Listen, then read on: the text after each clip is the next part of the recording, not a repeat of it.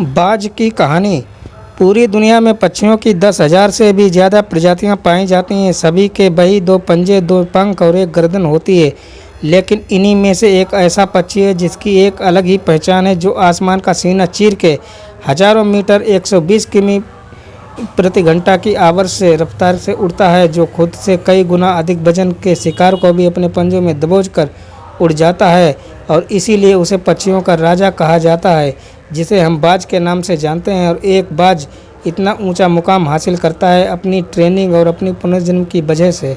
अगर आप भी इस दुनिया में एक मुकाम हासिल करना चाहते हैं तो एक बाज बनने का पूरा सफ़र आपको जानना बहुत ज़रूरी है, क्योंकि 25 से 30 की उम्र तक आने के बाद भी लोगों को रिस्क लेने से डर लगता है। लेकिन एक बाज की जीवन की शुरुआत ही रिस्क से होती है।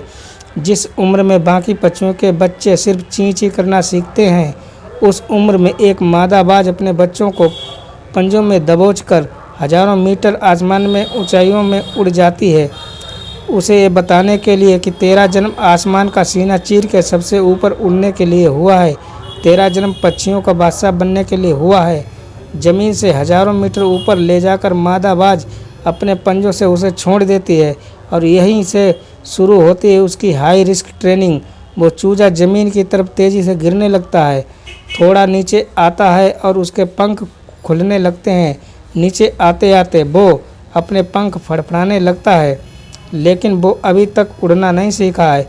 वो ज़मीन से कुछ ही ऊपर होता है। ऐसा लगता है कि कुछ ही सेकंड में उसका जीवन समाप्त हो जाएगा, लेकिन अचानक एक पंजा उसे अपने गिरफ्त में लेता है और वापस आसमान में उड़ जाता है। वो पंजा होता है उसकी माँ का, जो उसके पीछे उड़ रही थी।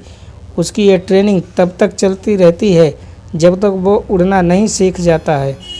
इतनी हाई रिस्क ट्रेनिंग होने के बाद इस दुनिया को एक बाज मिलता है। बारिश के वक्त जब सारे पक्षी आश्रय की तलाश करते हैं, तब यही बाज उसी बारिश में आसमान को चीरते हुए ऊपर निकल जाता है और बादल से कहता है, तू बरस ले, कितना बरसेगा। और फिर नीचे आकर चैलेंज करता है। एक बाज की उम्र लगभग 70 साल होती है। जब वह 40 साल का होता है, तब एक परेशानी उसकी ज़िंदगी में मौत बनकर आती है, जो आपकी परेशानियों की तुलना में बहुत बड़ी होती है, क्योंकि 40 की उम्र में बाज की चोंच इतनी मुड़ जाती है कि उसे शिकार निकलने में बहुत परेशानी होती है। उसके पंख भारी हो जाते हैं, छाती से चिपकने लगते हैं, जिससे उड़ना बहुत मुश्किल हो जाता है। उसके पंजे लंबे और लचीले हो जाते हैं, जिससे वो शिकार को सही से नहीं पकड़ पाता। अब उस बाज को सिर्फ 3 रास्ते होते हैं। नंबर 1, वो अपने शरीर का त्याग सकता है। नंबर 2, गिद्ध की तरह छोड़े हुए भोजन पर निर्भर हो जाए। और नंबर 3, सबसे कठिन और पीड़ादायक रास्ता, अपने आप को पुनः स्थापित कर फिर से आसमान का सीना चीर कर उड़ने। और वो इसी तीसरे रास्ते को चुनता है और अपने पास के सबसे ऊंची चोटी पे पहुंच जाता है। वहां पर अपना घोंसला बनाता है और फिर शुरू होता है परेशानियों का जड़ से उखाड़ कर आसमान में उड़ने का सफ़र। वह अपनी चोंच को एक चट्टान पर मार मार कर तोड़ देता है, लहूलुहान हो जाता है और इंतज़ार करता है नई चोंच के आने का। उसके बाद अपनी नई चोंच से अपने पंजों को काट देता है और फिर इंतज़ार करता है नए पंजों के उगाने का। उसके बाद वह अपने एक एक पंख को अपने शरीर से अलग करता है और फिर इंतज़ार करता है नए पंख उगाने का। और इस प्रक्रिया में उसे समय लगता है पूरे 5 महीने का। इन 5 महीनों में कड़ी तपस्या से एक बाज का पुनः जन्म होता है और वो फिर से तैयार हो जाता है आसमान का सीना चीर कर उड़ने के लिए। जो 3 रास्ते बाज के पास थे, वही 3 रास्ते आपके पास होते हैं। लेकिन कुछ लोग पहले रास्ते को चुनते हैं और परेशानियों के तले दबकर सुसाइड कर लेते हैं।